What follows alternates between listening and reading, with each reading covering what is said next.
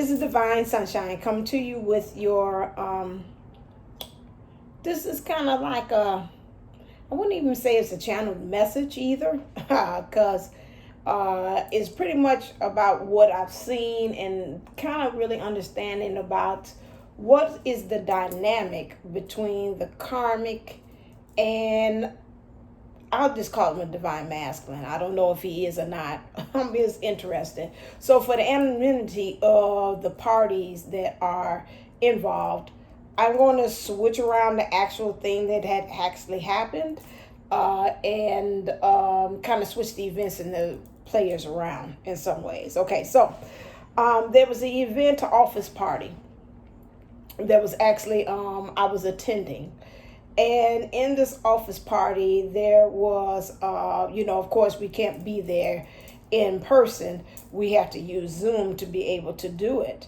And in doing so, having this like office party and get together, one of the divine masculines came on there, and his wife passed by and stated that she said something like intimate that was going to happen. It's like, almost like the commercial, like, are we going to have sex tonight? Something to that nature, real loud, that everybody on the Zoom call could, hear. And he's like, well, I'm on the Zoom call, I'm having a meeting right now, everybody can kind of, he didn't say that, he just looked, he's like, well, right now I'm on the call. She said, oh, okay, well then, when it's over with, then we're going to have sex. So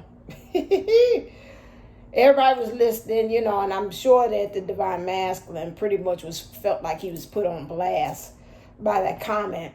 And in doing so then, instead of the divine masculine taking it well and just, from the embarrassment, he took it from a place that from that point on, that everybody that talked during the Zoom meeting, he was throwing things at them, like sniping, like, oh, okay. So if I would get up and I leave for a moment and you left with the picture, oh, that's a nice picture. I've been looking at it all night. Okay, well, thank you, or, somebody else make a comment that's saying, oh, well, you must have you a happy marriage. And she's announcing y'all gonna have sex, or y'all gonna have sex. And at the same time, well, you don't have sex in your marriage or in your partnership, but my sex life is good. Okay.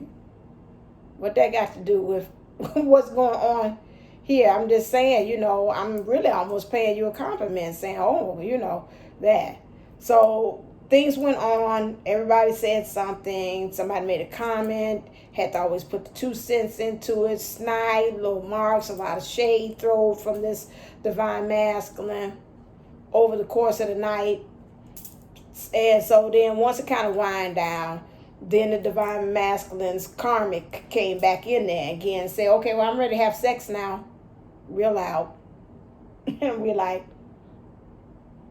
and so then I got to go, y'all, because I'm going to have sex tonight. So we like, okay, that's nice. Soon as he gets off of the call, we all ripping into him. What the hell was that about? All we just asked is about X, Y, and Z. Why he ripping into so-and-so like that? I see he full of himself, asks his friend. His friend talk about, I don't know what the hell is wrong with him. I don't know what's happening with, I don't know what the hell is happening with Jack. I just use that as a name. I don't know what the hell that's all about. So that incident right there gave me a real eye-opening to say, is this what the divine masculine is going, energies, remember that could be a female or masculine, is that something that he is actually going through with his karmic? To me, like I talked to Kathy D and Raquel and April, it was most of her because April wasn't on there yet. Going back and forth and understanding that is that was like a regular tennis match to me, looking spiritually as to the insecurities that was going on both sides. She felt that she needed to stake her claim. loudly, inappropriately, in front of a whole bunch of co-workers on the Zoom meeting that we were having, like a get together, and saying that. It was like I'm staking my claim to it. And that's the kind of like insecurities and that roping that I believe that the karmic has on the divine masculine, on some of them. And then we also talked about, he was talking about that he didn't have a Facebook also thing. And I'm trying to understand, why certain things, social medias, let's put it that way, social media accounts, he couldn't be on because he wanted to make sure that he sustained his relationship. And we were like, you that insecure that you can't be on there, you can't control yourself, that you can't be on there. And that's when the snide remark came out. My marriage is good. What about yours? Well, then I'm going to keep on doing what I'm doing, because that defensiveness, knowing that within himself something is not right with his marriage. If he's got to be that over, she's got to make announcements. She was embarrassing. And then behind the whole thing, when it's over with, his friends say he didn't understand what it was about, and we were talking about him behind his back. I think really, truly, and I picked this up as well, that again, trending from my readings, from other readings as well, the best friend is not understanding what's going on with the divine masculine. Really is talking about him that, that really he wished that he had a little bit more control over the situation. Also themselves, what's going on with the karmic, them feeling embarrassed. Pretty much she had tight control. You could feel that she probably was somewhere lurking and still listening and seeing what was going on with the Zoom meeting that we were having, and making sure that the conversations, that some things that was said, there's not any kind of flirting or taking on too long conversation with one person. That to me again is some of the things that the divine masculine is going through. And then also just again being made fun of, which I believe that a lot of them behind the scenes, the friends, the families, everybody is talking about to continue doing that. Again, the gig is up.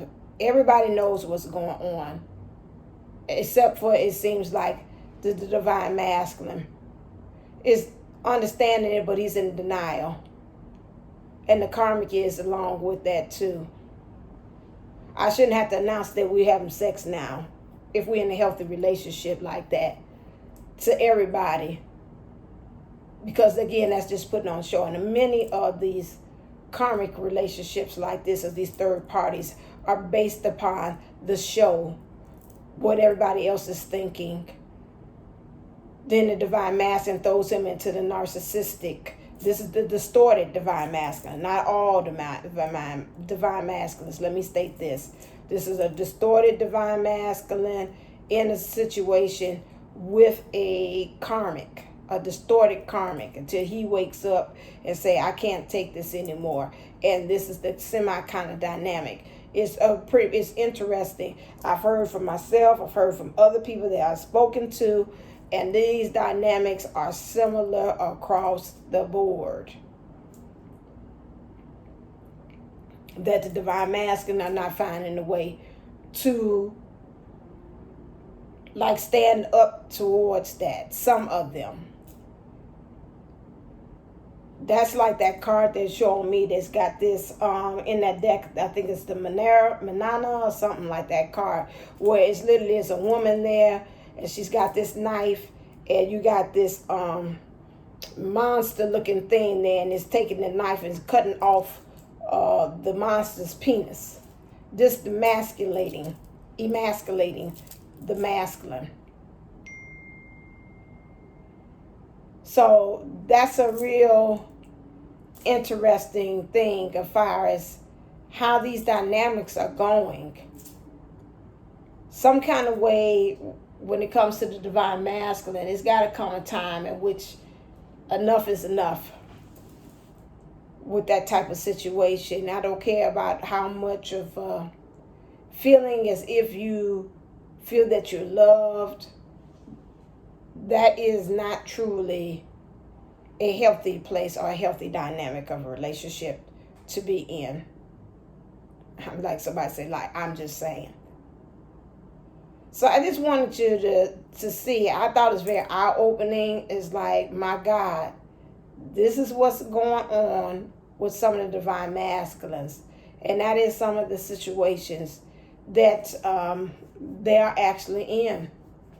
And some of you all that may or may not understand what's going on. And at that point, like I said, that's why we continue to do the work. You don't want the divine masculine like that. That divine masculine's got to take some time out to kind of deprogram himself from that type of stuff. That is a type in which is really feeding off of drama. That's an addiction. Some codependency is there. Some kind of sexual addiction is there too. She pretty much told it all in one story. What the hell is going on in the whole thing? For me, I'm just sitting there dissecting as like a spiritual psychologist and saying, this is what's going on. This is what's going on. This is what's going on. This is what's going on. This is what's going on. This is what's going on. But you're in denial about it. So us as divine feminines, like I said, that's why separations is good, because right there in that scenario, like we used to have in psychology, they used to give us that case study. What do you see some things that divine masculine needs to do as far as in that situation? What are some things that, again, that you're seeing that would you want to be with that person right now? No. Your thing is, this is what, in a case like that, why separation is good. He's got to go heal. He's got to deprogram himself from that type of stuff. Once he gets healed and really truly understand, he's got to learn a new way of communicating, because to me, I'm sure he's got some PTSD about the whole situation as well. So he's got to really truly see himself whole and complete, see himself as valued, see himself as worth. That's why we always say, don't worry about them. Let spirit handle that situation. And you go off and you go and do the work. Because in that scenario there, you don't want him fresh from that, stepping right in into you, until he gets all of that. I call it, I had a dream about that. I love you too. I had a dream about that where I had like seen a DM come back from that. And I was like, ooh, the smell and the stank is just all over you from whatever this situation with the current. That's something that he's got to actually get cleaned from and cleared from. And that's why we tell you to do the work, and that's why we tell you to work on self until then, and then give them the time so they can be able to heal from that. Okay, my dog is lapping up water, which is working in my sound, so in my thoughts. So until next time, yes, I'm talking about you. You say, so what? Anyway, my furry dog daughter has a little sass. Yeah, I'm talking about you again. You gone? Okay. All right, you okay? Uh-oh. Sound coughing. All right then, until next time. Remember your love letters you got when I probably will be letting this go now. So remember your love letters. Today, which is Friday when this airs, this will be it. So when you see that, the love letters will be $22. Remember that the love letters can come in various different form that you want to do. It could be from past loved ones, your lover, a twin flame, a soulmate, a friend, whoever that you wanted to get a letter from. It wasn't just solely just from a twin flame thing, because I got a couple of people want me to check in and see what their past loved ones, what's the love letter they'll have to them, which is a nice challenge to do and see. So it runs the gamut. So just keep that in mind too if you're interested in the future in getting one of those love letters. All right, it's always stay uplifted, stay motivated, stay ascended. Namaste, namago. Love you.